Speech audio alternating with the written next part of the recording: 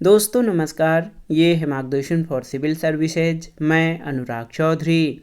दोस्तों, विभिन्न प्रतियोगी परीक्षाओं के सामान्य ज्ञान और सामान्य अध्ययन के महत्वपूर्ण प्रश्नों के रिवीजन के क्रम में इस वीडियो में प्रस्तुत है भारतीय इतिहास के महत्वपूर्ण टॉपिक वैदिक काल, बौद्ध धर्म तथा गुप्त वंश से संबंधित महत्वपूर्ण प्रश्नों का रिवीजन, जो आपके आगामी विभिन्न परीक्षाओं जैसे यूपीपीसीएस प्रारंभिक परीक्षा, आरओ यानी समीक्षा अधिकारी, सहायक समीक्षा अधिकारी, लोअर पीसीएस तथा अन्य राज्य लोक सेवा आयोगों द्वारा आयोजित परीक्षाओं के सामान्य ज्ञान और सामान्य अध्ययन के भारतीय इतिहास खंड के लिए बहुत ही उपयोगी है।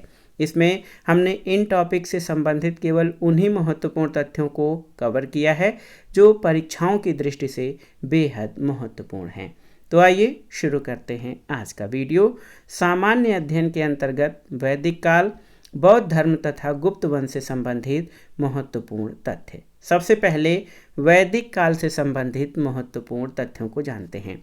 दोस्तों, वैदिक काल को मोटे तौर पर दो भागों में पूर्व वैदिक काल या ऋग वैदिक काल तथा उत्तर वैदिक काल में विभाजित किया जाता है। देखिए, ऋग वैदिक काल का जो समय है वो 1500 ईसा पूर्व से 1000 ईसा पूर्व, और उत्तर वैदिक काल का जो समय है या काल विभाजन है वो 1000 ईसा पूर्व से 600 ईसा पूर्व माना जाता है। आप देख लीजिए, ऋग वैदिक काल की जो सभ्यता थी उसकी प्रमुख विशेषताओं में ये है कि इस समय लोगों को लोहे का ज्ञान नहीं था। लोहे का उल्लेख वैदिक सभ्यता में नहीं आता है। ग्रामीण सभ्यता थी, तो आप जानते भी हैं कि वैदिक सभ्यता ग्रामीण सभ्यता थी, और परिवार की या समाज की सबसे छोटी इकाई परिवार या कुल होता था। ग्राम का मुखिया ग्रामणी कहलाता था। दोस्तों, वेदों में या वैदिक काल में 10 राज्यन युद्ध का वर्णन मिलता है, और ये रावी नदी के तट पर लड़ा गया था। इसमें राजा सुदास की विजय हुई थी। कृषि और पशुपालन आर्थिक जीवन का मूल आधार था, और कृषि योग्य भूमि उर्वरा या क्षेत्र के नाम से जानी जाती थी ऋग्वैदिक काल में। ऋग्वैदिक काल की जो संस्कृति थी उसके बारे में जान लेते हैं। दोस्तों, ऋग्वैदिक काल में सरस्वती सबसे पवित्र नदी थी। इसको माते तमा, देवी तमा और नदी तमा तथा नदियों में प्रमुख इत्यादि की जो संज्ञा है वो दी गई है। ऋग्वैदिक समाज जो है पितृसत्तात्मक समाज था। पिता परिवार का मुखिया होता था, और इस समय नियोग प्रथा से उत्पन्न संतान को क्षेत्रज कहा जाता था। और वैदिक जो संस्कृति है उसमें सिंधु नदी का सर्वाधिक बार उल्लेख मिलता है। अगर देखिए, वेदांगों की बात करें तो वेदांग 6 हैं: शिक्षा, कल्प, व्याकरण, निरुक्त, छंद और ज्योतिष। इसको याद रखिएगा, वेदांगों की संख्या 6 है: शिक्षा, कल्प, व्याकरण, निरुक्त, छंद और ज्योतिष। वैदिक काल के प्रमुख ग्रंथ जो हैं ऋग्वैदिक काल के, आप देख सकते हैं ऋग्वेद। तो ऋग्वेद आप जान लीजिए, ऋग्वैदिक काल में जो प्रमुख ग्रंथ हैं वो वेद हैं, और वेदों के 4 भाग हैं: संहिता, ब्राह्मण ग्रंथ, आरण्यक और उपनिषद। ऋग्वेद के बारे में जान लेते हैं जो महत्वपूर्ण तथ्य हैं। आप देख लीजिए, ऋग्वेद में कुल 1028 सूक्त हैं। इसमें 10 मंडल हैं। तृतीय मंडल में गायत्री मंत्र का उल्लेख है, ओम भूर्भुवः स्वः तत्सवितुर्वरेण्यम, और इसके रचयिता ऋषि विश्वामित्र हैं। दोस्तों, ऋग्वेद के 10वें मंडल के पुरुष सूक्त में शूद्र शब्द का उल्लेख मिलता है, और ऋग्वेद का जो पुरोहित है उसको होता कहा जाता था। ऋग्वेद के ब्राह्मण ग्रंथों में आप देखिए, ऐत्रेय ब्राह्मण और कौशितकी ब्राह्मण हैं। ऐत्रेय ब्राह्मण में राजा की उत्पत्ति का सिद्धांत वर्णित है। ऋग्वेद में ही सबसे पहले गोत्र शब्द का उल्लेख मिलता है, और ऋग्वेद में कुल 33 प्रकार के देवता का उल्लेख है। सबसे अधिक सूक्त इंद्र को समर्पित हैं, जिनकी संख्या 250 है, और दूसरे स्थान पर अग्नि देवता को समर्पित सूक्त हैं। 200 सूक्त जो हैं वो अग्नि को समर्पित हैं। इसके बाद आइए दोस्तों, यजुर्वेद के बारे में जान लेते हैं। तो बहुत ही महत्वपूर्ण है। आप जान लीजिए कि यजुर्वेद जो है ये गद्य और पद्य दोनों में लिखित है, और यजुर्वेद का अंतिम भाग ईशोपनिषद कहलाता है, जिसमें आध्यात्मिक चिंतन वर्णित हैं। इसके अलावा स्रोत और कर्मकांड, तो यजुर्वेद के जो मंत्र हैं वो गद्य और पद्य में हैं। इसको स्रोत और कर्मकांड विषयक माना जाता है। इसका ब्राह्मण ग्रंथ शतपथ ब्राह्मण है, जिसमें पत्नी को पति की अर्धांगिनी, पुनर्जन्म का सिद्धांत और पुरुष मेध का वर्णन ये यजुर्वेद में दिया गया है। यजुर्वेद की 2 शाखाएं हैं, कृष्ण यजुर्वेद और शुक्ल यजुर्वेद। पुनः कृष्ण यजुर्वेद की जो मुख्य शाखाएं हैं तैत्तिरीय, मैत्रायणी और कपिष्ठल हैं, जबकि शुक्ल यजुर्वेद की जो संहिता है वो वाजसनेय संहिता कहलाती है। और यजुर्वेद के जो पुरोहित होते हैं उनको अर्धव्यु कहा जाता है। सामवेद, तो सामवेद, साम का अर्थ संगीत अथवा गान होता है, आप जानते हैं। ये भारतीय संगीत का जनक भी इसको कहा जाता है। यज्ञों के अवसर पर गाए जाने वाले मंत्रों के संग्रह को सामवेद कहा जाता है और मंत्रों को गाने वाले को उद्गाता कहते हैं। सामवेद की जो प्रमुख शाखाएं हैं उसमें कौथुमी, राणायनी और जैमिनी हैं। अथर्ववेद चौथा वेद है, इसके पुरोहित को ब्रह्म कहा जाता है। मनुष्य के विचारों, विश्वासों और अंधविश्वासों का वर्णन जो है ये अथर्ववेद में मिलता है। इसका ब्राह्मण ग्रंथ गोपथ ब्राह्मण है और अथर्ववेद में ही दोस्तों सभा और समिति को प्रजापति की 2 पुत्रियां कहा गया है। ये प्रश्न बार बार परीक्षाओं में आता है। परीक्षित को मृत्युलोक का देवता माना गया है और अथर्ववेद की जो शाखाएं हैं पिप्पलाद और शौनक शाखा है। इसके बाद आइए उत्तर वैदिक काल से संबंधित जो महत्वपूर्ण तथ्य और जानकारी है इसको देख लेते हैं। दोस्तों आप जान लीजिए, उत्तर वैदिक काल में जो ऋग वैदिक काल के वरुण, इंद्र आदि देवता थे, इनका स्थान प्रजापति, विष्णु और रुद्र आदि ने ले लिया और लोगों में लाल मृदभांड अधिक प्रचलित हुए उत्तर वैदिक काल में। दोस्तों उत्तर वैदिक काल में यज्ञों में पशु बल को प्राथमिकता और अन्य आहुतियाँ गौड़ हो गई।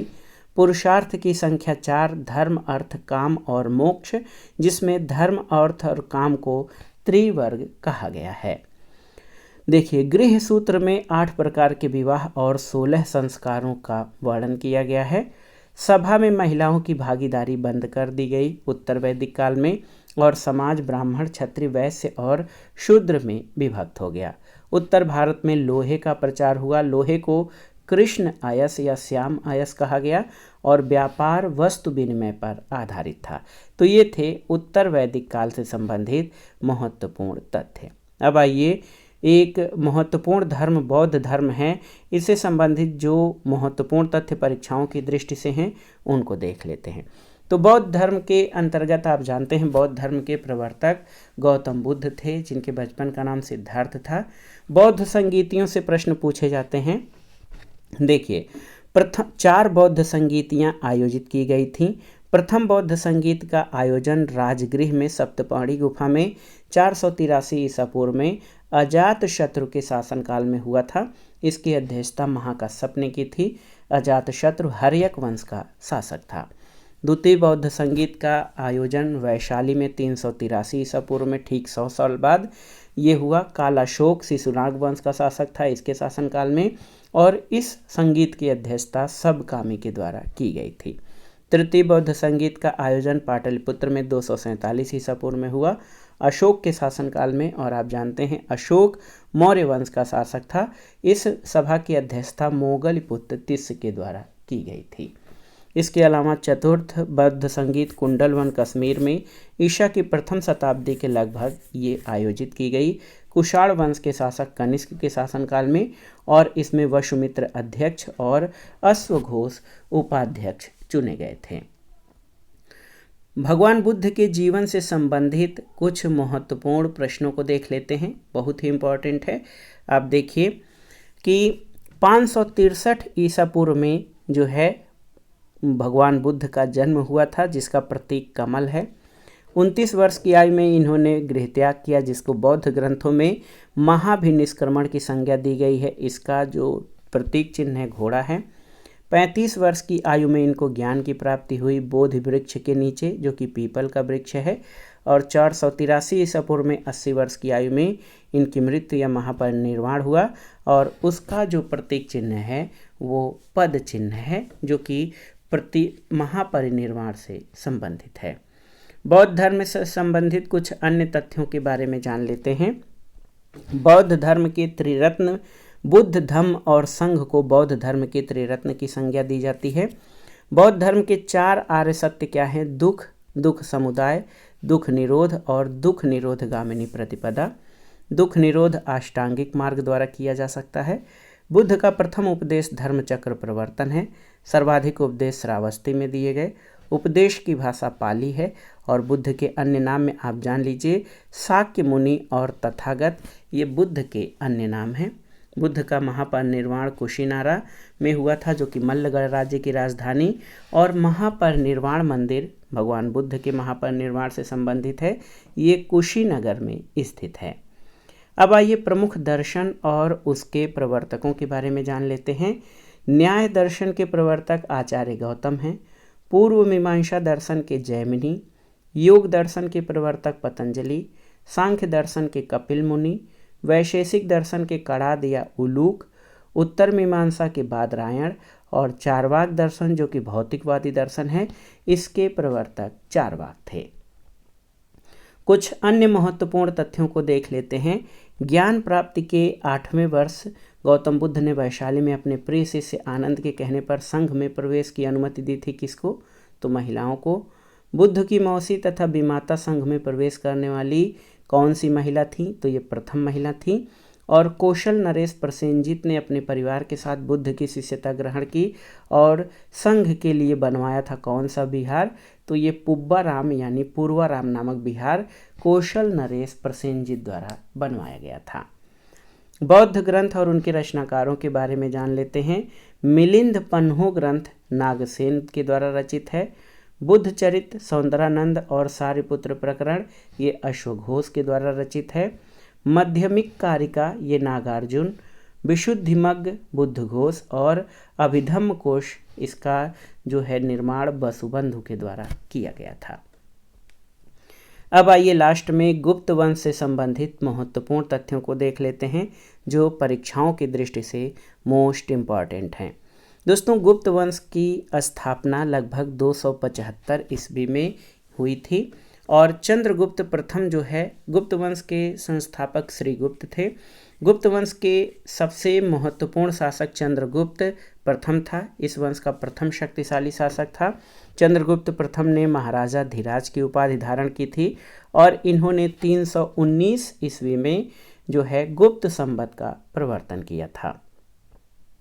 समुद्रगुप्त के बारे में जान लेते हैं। तो दोस्तों, समुद्रगुप्त का नाम उसकी युद्ध और विजयों में महत्वपूर्ण है। प्रयाग प्रशस्ति जो कि इलाहाबाद स्तंभ लेख है, यहाँ से इसके शासन के बारे में जानकारी मिलती है। प्रयाग प्रशस्ति की रचना इसके संधि विग्रहक सचिव हरिशेण द्वारा की गई थी। प्रयाग प्रशस्ति में समुद्रगुप्त को कविराज की उपाधि दी गई है। और विंसेंट स्मिथ एक इंग्लिश इतिहासकार हैं। इन्होंने इन्हें भारत का नेपोलियन कहा है, उसके युद्ध में प्राप्त विजयों से प्रभावित होकर। दोस्तों, एक पूना ताम्रलेख है जो कि प्रभावती गुप्ता का है। उसमें इसे अनेक अश्वमेध यज्ञों को करने वाला यानी समुद्रगुप्त को अनेक अश्वमेध यज्ञों को करने वाला कहा गया है।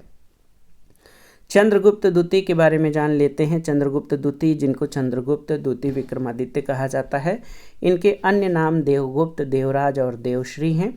इनकी उपाधियां विक्रमांक, विक्रमादित्य और परम भागवत हैं। शकों को पराजित करने के कारण इन्होंने शकार की उपाधि धारण की और शक विजय के उपलक्ष्य में चंद्रगुप्त द्वितीय विक्रमादित्य ने चांदी के सिक्के प्रारंभ किए थे और चीनी यात्री फाहियान का आगमन चंद्रगुप्त द्वितीय के शासनकाल में हुआ था। देखिए, चंद्रगुप्त द्वितीय के 9 रत्नों के बारे में जान लेते हैं। आप जानते हैं चंद्रगुप्त द्वितीय के दरबार में 9 रत्न रहते थे, जिसमें घटकर पर कूटनीतिज्ञ थे, कालिदास महाकवि थे, संस्कृत के नाटककार और महाकवि, वाराहमिहिर खगोल विज्ञानी, शंकु वास्तुकार थे, बेताल भट्ट जादूगर, छपड़क रत्न फलित ज्योतिष, बररुच व्याकरणज्ञ थे, अमर सिंह कोशकार थे और धन्वंतर चिकित्सक। तो ये चंद्रगुप्त विक्रमादित्य के नवरत्न थे जो कि अपने अपने क्षेत्रों में बहुत ही महत्वपूर्ण स्थान रखते थे। कुमारगुप्त प्रथम से संबंधित कुछ तथ्यों को देख लेते हैं।